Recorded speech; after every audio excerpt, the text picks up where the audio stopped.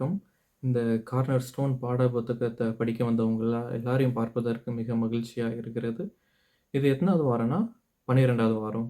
தலைப்பு வந்து பரணி பாத்திரம். இந்த கீ டெக்ஸ்ட் வந்து எந்த இடத்துலருந்து வந்திருக்குன்னா, லூக்கா 7ஆம் அதிகாரம் 37 மற்றும் 38வது வசனம். என்னன்னு வாசிப்போம். அப்பொழுது அந்த ஊரில் இருந்த பாவியாகிய ஒரு ஸ்திரீ, அவர் பரிசேயன் வீட்டிலே பந்தி இருக்கிறதை அறிந்து, ஒரு பரணியில் பரிமள தைலம் கொண்டு வந்து, அவருடைய பாதங்களின் அருகே பின்னாக நின்று, அழுது கொண்டு, அவருடைய பாதங்களை தன் கண்ணீரினால் நனைத்து, தன் தலை மயிரினால் துடைத்து, அவருடைய பாதங்களை முத்தம் செய்து, பரிமள தைலத்தை பூசினாள். ஒரு சிறிய ஜெபம் செஞ்சு, நம்ம செய்திக்குள்ளாக கடந்து செல்வோம். அப்பா, இந்த அருமையான நாள் எங்களுக்கு கொடுத்ததுக்காக நன்றி அப்பா. இந்த நேரத்திலும் எங்க எல்லாரையும் கூட்டி வந்து, உம்முடைய இந்த கார்னர் ஸ்டோன் புத்தகத்திலேருந்து ஒரு பகுதிய படிக்க கொடுத்த நேரத்துக்காக நன்றி அப்பா. இந்த பகுதியிலேருந்து நாங்க ஈஸியா புரிஞ்சுக்கொள்ற அறிவ எங்களுக்கு தாங்க. எங்களோடு கூட இருங்க. ஆமென். சரி, ஆ இந்த இன்சிடென்ட் வந்து எந்தெந்த இடத்துலலாம் பதிவு பதிவு இருக்குதுன்னு பார்த்தோம்னா, மத்தேயு 26ஆம் அதிகாரம் 6லேருந்து 13வது வசனம் வரைக்கி, அப்புறம் மார்க்ல 14வது அதிகாரம் 3லேருந்து 11வது வசனம் வரைக்கி, லூக்கா 7ஆம் அதிகாரம் 36லேருந்து 50வது வசனம் வரைக்கி, யோவான்ல 11வது அதிகாரம் 55லேருந்து 57 வரைக்கி, மற்றும் 12வது அதிகாரம் 1லேருந்து 11வது வசனம் வரைக்கி இது குறிப்பிட்டிருக்கு இந்த சம்பவம். அது மட்டும் இல்ல, இந்த மத்தேயு, மார்க், யோவான் இவங்க எழுதினது வந்து ஒரே காலகட்டத்தில மாரி இருக்கும். ஒரே இடத்துல நடந்த மாரி இருக்கும். ஆனா லூக்கா எப்படி எழுதியிருப்பாருன்னா, வேற ஒரு இடத்துல நடந்த மாரி எழுதியிருப்பாரு. ஆனா அட்வென்டிஸ்ட் பைபிள் கமெண்ட்ரில வால்யூம் 5 பேஜ் 764லேருந்து 767 வரைக்கி ஆ ஆ இது குறிப்பிட்டிருக்கு. என்னன்னா, இது லூக்கா எழுதினது வேணா வேற மாரி இருக்கலாம். ஆனா 4மே இந்த இன்சிடென்ட் நடந்தது 4 பேரும் ஒரே இதுதான் குறிக்கிறாங்க அப்படின்ட்டு தெளிவா அட்வென்டிஸ்ட் பைபிள் கமெண்ட்ரியில குறிப்பிட்டிருக்குது. சரி, இப்போ நம்ம வந்து இந்த கதைக்குள்ளாக கடந்து செல்வோம். என்னன்னா, ஒரு இயேசு கிறிஸ்து வந்து பெத்தானியா ஊருக்கு செல்றாரு. அங்க வந்து சீமோன் அவருடைய வீட்ல வந்து ஒரு பந்தி நடக்குது. அங்க யாரெல்லாம் இருக்கிறான்ன்ற ஃபர்ஸ்ட் பார்த்துருவோம். சீமோன் இருக்கிறாரு. இயேசு கிறிஸ்து போறாரு. அது மட்டும் இல்லாம அவங்களோட கூட லாசர் இருக்கிறாரு. இந்த லாசர் யாருன்னா, தேவன் வந்து ஒரு ஆள மரித்ததுலேருந்து உயிர்த்தெழுத செய்தாங்கல்ல, அந்த லாசர் இருக்கிறாரு. அது மட்டும் இல்லாம மார்த்தா இருக்கிறா. அப்புறம் தேவனுடைய சீஷர்கள் இருக்கிறாங்க கொஞ்சம் பேரு. அப்போ எல்லாரும் பந்தியில இருக்கும்போது, இந்த மார்த்தா தான் என்ன பண்ணிட்டு இருக்கிறா, எல்லாருக்கும் பந்தி வந்து பரிமாறிட்டு இருக்கிறா.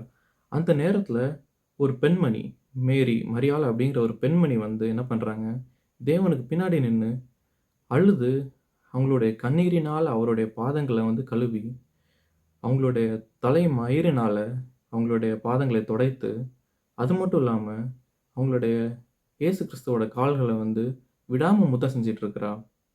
அது மட்டும் இல்லாம, அவ வந்து ஒரு எக்ஸ்பென்சிவான ஒரு ஆ பரிமள தைலத்த கொண்டு வந்து அவருடைய பாதங்கள்ல பூசுறா. இத பார்த்துக்கிட்டு யார் இருக்கிறான்னா, சீமோனும், அங்க யூதாஸ் காரியத்தும் இருக்கிறான். அப்போ யூதாஸ் காரியத்து வந்து என்ன சொல்றான்னா, "இவ்வளோ எக்ஸ்பென்சிவான கொண்டு வந்து இங்கே கழுவுறியே! ஆனா, இத நீ வித்தா கூட உனக்கு வந்து கொஞ்சம் வெள்ளி காசு கிடைக்கும்" அப்படின்னு சொல்றாரு. ஆனா, இந்த சீமோன் என்ன சொல்றாருன்னா, அவரு வந்து அவருடைய இருதயத்திலே நினைக்கிறாரு. என்னன்னா, "இவ ஒரு பாவியான பெண்மணியா இருக்கிறாளே! இவ எப்படி இங்க வந்து அதுவும் இயேசு கிறிஸ்துவோட கால வந்து எப்படி கழுவிட்டு இருக்கிறா?" அப்படின்ட்டு. அப்பதான் இயேசு கிறிஸ்துவுக்கு வந்து அது தெரிய வருது. அப்போ இந்த பெண்மணிய பார்த்துட்டும், சீமோன பார்த்துட்டும் ஒரு உவமை சொல்றாரு. என்னன்னா, ஒரு எஜமான் இருக்கிறாரு. கடன் கொடுத்திருக்கிறாரு. ஒரு ஆளுக்கு 5 வெள்ளி காசும், இன்னொருவருக்கு 50 வெள்ளி காசும். ஆனா, கொஞ்ச நாள்ல 2 பேருக்குமே கடன்லாம் திருப்பி கொடுக்க வேண்டாம். மன்னிக்கப்பட்டது அப்படின்னு சொல்றாரு இந்த எஜமான். அப்போ கடவுள் கேட்கிறாரு, இந்த 2 பேர்ல யார் ரொம்ப மகிழ்ச்சியாவும், ரொம்ப அன்பா இருப்பா? அப்படின்ட்டு கேட்கிறாரு. அப்போ சீமோன் சொல்றாரு, யாருக்கு அதிக கடன் இருந்துச்சோ, அவங்க தான் ரொம்ப சந்தோஷமாவும் இருப்பாங்க. ரொம்ப எஜமான்ட்ட அன்பாவும் இருப்பாங்க அப்படின்ட்டு சொல்றாரு. தேவன் சொல்றாரு, "அதான் கரெக்ட்" அப்படின்னு சொல்லிட்டு, எல்லாரும் வெயிட் பண்ணிட்டு இருக்காங்க. தேவன் வந்து இதுக்கு என்ன ஒரு ஆன்ஸர் கொடுப்பா? அப்படின்ட்டு எல்லாரும் சுற்றி இருந்தவங்க எல்லாரும் வெயிட் பண்ணிட்டு இருக்கிறாங்க. அப்போது வந்து அதுக்கு முன்னாடி ஜான் ஆர்ட்பர்க் மற்றும் கென்னத் பெய்லி இவங்க 2 பேரும் புஸ்தகம் எழுதியிருக்கிறாங்க. அதில் என்ன குறிப்பிட்டிருக்கிறாங்கன்ட்டு பார்த்தோன்னா, இந்த ஜான் எழுதியிருக்கிறார் அவருடைய புத்தகத்தில், அந்த காலத்தில் அந்த காலத்தில் பழக்கம் என்னன்னா, யாரெல்லாம் வீட்டுக்கு வராங்களோ அவங்களெல்லாம் என்ன பண்ணணும்னா, வந்தோடனே அவங்களுடைய கால்களை கழுவி, அது மட்டும் இல்லாம அவங்கள கெட்டி புடிச்சு முத்தம் செஞ்சு, அது மட்டும் இல்லாம அவங்களுக்கு என்ன பண்ணணும்னா, தலையில வந்து எண்ணெயால பூசணுமாம். ஆனா, இங்க தேவன் அதுக்கு அந்த தேவனுடைய ரெஸ்பான்ஸ் வந்து என்னவா இருக்குதுன்ட்டு பார்க்குறோம்னா, அருமையா லூக்கா 7ஆம் அதிகாரம் 44லேருந்து 46வது வசனம் வரைக்கும் போட்டிருக்குது. நம்ம ஒண்ணு ஒண்ணா படிப்போம். ஸ்திரீனிடமாய் திரும்பி சீமோனை நோக்கி, இந்த ஸ்திரீயை பார்க்கிறாயே, நான் உன் வீட்டில் பிரவேசித்தேன். நீ என் கால்களுக்கு தண்ணீர் தரவில்லை. இவளோ கண்ணீரினால் என் கால்களை நனைத்து, தன் தலை மயிரினால் அவைகளை துடைத்தாள். முதலாவது காரியம் வந்து அந்த ஜான் அவருடைய புத்தகத்தில் எழுதின மாதிரி, அந்த காலத்தில் இருக்கக்கூடிய வழக்கம், கெஸ்ட் வந்தா அவங்களுக்கு வந்து பாதங்களை கழுவாங்களாம். ஆனால் தேவன் சொல்கிறாரு, உன்னுடைய வீட்டுக்கு வந்திருக்கிறேன், ஆனால் நீ எதுவுமே எனக்கு பண்ணலை, கால்களை கழுவலை அப்படின்ட்டு இந்த 44வது வசனத்தில். அடுத்து 45வது வசனத்தில், நீ என்னை முத்தம் செய்யவில்லை. இவளோ நான் இங்கு வந்தது முதல் என் பாதங்களை ஓயாமல் முத்தம் செய்தாள். பாருங்க, இன்னொரு பழக்கம் என்னன்னா, கெட்டி பிடிச்சி கெஸ்ட் யாரெல்லாம் வராங்களோ முத்தம் கொடுப்பாங்களாம். ஆனால் இவ இந்த பாவியாக இருக்கிற ஒரு பெண்மணி என்ன பண்ணிட்டு இருக்கிறா, இவருடைய கால்களுக்கு முத்தம் கொடுத்துட்டு இருக்கிறா. ஆனால் சீமோன் என்ன பண்ணுறாரு, ஒரு முத்தம் கூட கொடுக்கல அப்படின்ட்டு சொல்கிறாரு. அடுத்தது வசனம் 46வது வசனத்தில், நீ என் தலையில் எண்ணெய் பூசவில்லை. இவளோ என் பாதங்களில் பரிமள தைலம் பூசினாள். பாருங்க, அப்போது அந்த கென்னத் பெய்லி அவருடைய புத்தகத்தில் எழுதியிருக்கிறாரு என்னன்னா, இதே இன்சிடெண்ட் வந்து இப்போ இந்த காலத்தில் நம்ம எடுக்கும்போது ஒரு எக்ஸாம்பிளாக எப்படி எடுக்கலாம்னா, இப்போ நான் வந்து உங்கள் எல்லாரையும் என்னோடய வீட்டுக்கு கூப்பிடுறேன். ஆனால் நான் என்ன பண்ணுறேன்னா, நான் வந்து நல்லா சோஃபாவில் உட்காந்துட்டு, நீங்களே போய் காய்கறி அங்கே இருக்குது, நீங்களே பாத்திரம் அங்கே இருக்குது, நீங்களே எடுத்து சோறு பொங்கி குழம்பு வச்சு அப்பளம் பொரிக்கணுமோ பொரித்து நீங்களே எடுத்து வச்சுருங்க, சாப்பிட்ருங்க செஞ்சு. ஆனால் பாத்திரமும் கழுவும் நீங்கள் தான் கழுவணும், பாத்திரத்தை எடுத்த இடத்துலையே வச்சுருங்கன்ட்டு சொல்கிறேன். ஆனால் நீங்கள் தான் கெஸ்ட்டு, நான் வீட்டு ஓனர், உங்களே தான் எல்லாமே பண்ண சொல்கிறேன். அப்போ உங்களுக்கு அது எப்படி இருக்கும்? ஒரு கூப்பிட்டு வச்சு என்ன ஒரு இன்சல்ட் பண்ணுற மாதிரி இருக்குமே, அப்படி தானே? அதே மாதிரி தான் இந்த கென்னத் பெய்லி அவரோட புத்தகத்தில் எழுதுறாரு, இது தேவனுக்கு எப்படி இருந்திருக்கும்னா ஒரு இன்சல்ட் மாதிரி இருந்திருக்கும் அப்படின்ட்டு எழுதுறாரு. அது மட்டும் இல்லை, இப்போது இந்த சீமோனோட குணங்கள் எப்படி இருந்துச்சுன்ட்டு ஷார்ட்டாக பார்த்துருவோம். டிசைர் ஆஃப் ஏஜஸ் அப்படிங்கிற அந்த புத்தகத்தில் பக்கம் 557லேருந்து 566 வரைக்கும் நீங்கள் படித்து பார்க்கலாம். இதில் அவருடைய குணங்கள் மட்டும் அவர் என்னென்னலாம் பண்ணியிருக்காருன்ட்டு இருக்குது.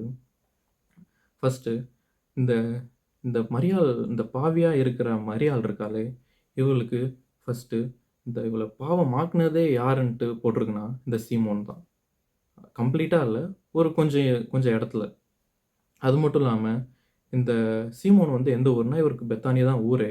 அது மட்டும் இல்லாமல் இவர் என்ன பண்ணாராம், இந்த பரிசேயர்லேயே கொஞ்சம் பேர் இயேசுவை பின்தொடர்ந்தாங்க. அதில் இந்த சீமோன் ஒரு ஆள். ஆனால் இந்த சீமோன் என்ன பண்ணலை, இயேசுவை பின்னோக்கி போயிட்டுருக்காரு. ஆனால் இயேசு கிறிஸ்து தான் என்னுடைய சொந்த இரட்சகர் அப்படின்ட்டு இந்த சீமோன் வந்து ஏற்றுக்கொள்ளலை. இது எங்கே வாசிக்கலாம்னா, டிசைர் ஆஃப் ஏஜஸ் பக்கம் 557 இது குறிப்பிட்டிருக்குது. சரி, இப்போ வந்து ஒரு சின்ன ஒரு எக்ஸாம்பிளுக்கு ஒரு ஸ்டோரி சொல்கிறேன். இப்போ ஒலிம்பிக்கில் நடக்குது. அதில் வந்து தங்கம், வெண்கலம், வெள்ளி 3 ப்ரைஸ் இருக்குது. இதில் இந்த வெண்கலம் வாங்கினவங்களுடைய மைண்ட் செட் எப்படி இருக்குன்னா, இன்னும் கொஞ்சம் நல்லா பண்ணியிருந்தா நம்மளுக்கு வந்து தங்கம் கிடச்சிருக்குமே அப்படின்ட்டு இருந்திருக்குமா. ஆனால் இந்த வெள்ளி கிடச்சிச்சே, சில்வர், அவங்களுடைய மைண்ட் செட் எப்படி இருக்குன்னா, அப்போ அட்லீஸ்ட் எனக்கு சில்வராச்சு கிடச்சிச்சு அப்படின்ட்டு ரொம்ப சந்தோஷமாக இருப்பாங்களாம். அதே போல் தான் இங்கே வந்து நீங்களும் நானும் முடிவுக்குள்ளாக வரோம். நீங்களும் நானும் அந்த வாழ்க்கையில் நம்ம இருக்கிறோம்.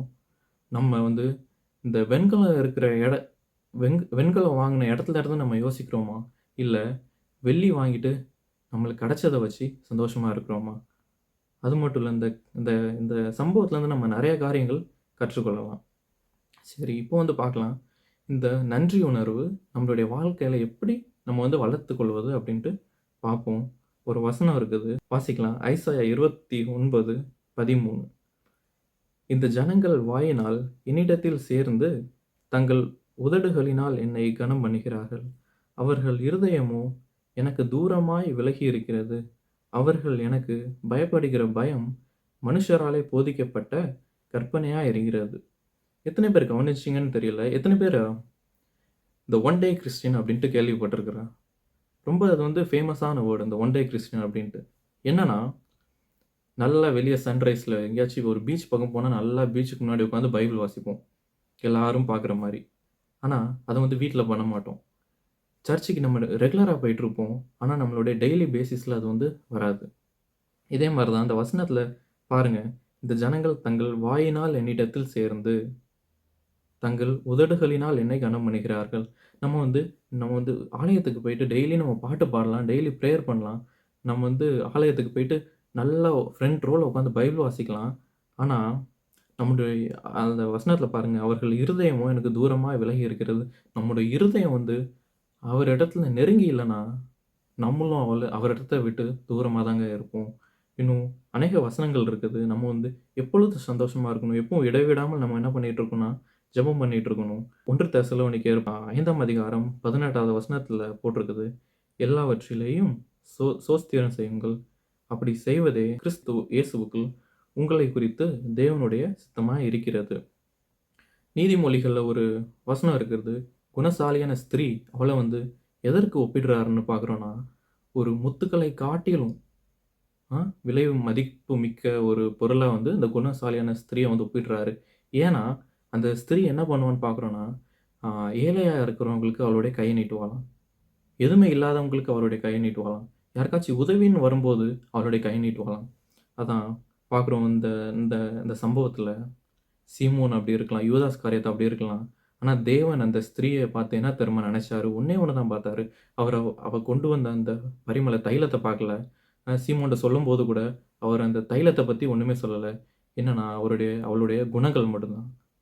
அதனால அந்த பெண்மணிக்கு என்ன கிடைச்சுச்சுன்னா, அவருடைய கடைசில இயேசு கிறிஸ்துன்னு சொல்றாரு, அவளுடைய பாவங்கள் எல்லாமே மன்னிக்கப்பட்டுருச்சு அப்படின்ட்டு. அதான் அவருடைய அன்பும், அவருடைய கருணையாலும், அவர் என்ன பண்ணிக்கிட்டாரு? பாவமாக்கிட்டாரு. அப்போ அவரே பாவமாக்குனதுனால, நம்ம எல்லாம் எப்படி ஆயிட்டோம்னா, நீதிமான்கள் ஆயிட்டோம்.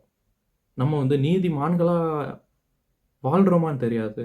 ஆனா, அவர வந்து பாவமாக்குனதுனால, நம்முடைய பாவத்துக்காக அவர் மரிச்சதுனால, நம்ம வந்து ஆட்டோமேட்டிக்கா நீதிமான்கள் ஆயிட்டோம்.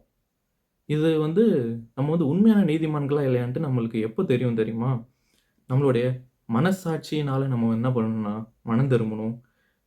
அவர் மேல நம்ம வந்து முழு நம்பிக்கைய வைக்கும்போது தான், நம்மளுக்கு வந்து ஒரு பட்டம் கிடைக்குது. என்ன பட்டம்னா, காட்ஸ் சில்ட்ரன் அப்படின்ட்டு இந்த வேர்ட் வந்து நெறைய பேர் யூஸ் பண்ணுவாங்க. ஐ அம் எ காட்ஸ் சில்ட்ரன் அப்படின்ட்டு. நான் வந்து இயேசுவினுடைய பிள்ளை. உங்களுக்கும் எனக்கும் அந்த பட்டம் கிடைக்கணும்னா, நம்ம என்ன பண்ணணும்னா, நீதிமான்களா வாழணும். நம்மளுடைய மனசளவுல நீதிமான்களா இருக்கணும். அது மட்டும் இல்ல, அவர் நம்மளுக்காக மரிச்சாரு. அதன் மூலியமா நம்ம நீதிமான்கள் ஆகுறது வேற. அது மட்டும் இல்லாம, நம்ம நீதிமான்களா வாழ்றது வேற. நம்ம மனசளவுல எப்போ நீதிமான்களா வாழ்றோமோ, அப்பதான் நம்மளுக்கு ஒரு ஒரு பேட்ஜ் கிடைக்கும். அது என்னன்னா, த காட்ஸ் சில்ட்ரன். இயேசுவினுடைய நான் ஒரு இயேசுவினுடைய பிள்ளைப்பா அப்படின்ட்டு நம்மளுக்கு ஒரு முத்திரை கிடைக்கும். அதான் நம்ம வந்து இயேசுவனோட எப்போ இணைந்து இருக்கிறோமோ, அப்பதான் நம்மளுக்கு என்னன்னா, ரட்சிப்பு வந்து உண்மையா உண்டு. அந்த மாரியான ரட்சிப்ப நீங்களும் நானும் பெற்றுக்கொள்றதுக்கு, அவர வந்து முழுசா நம்பி, அவரிடத்துல நெருங்கி ஜீவிச்சு வாழ்வோம்.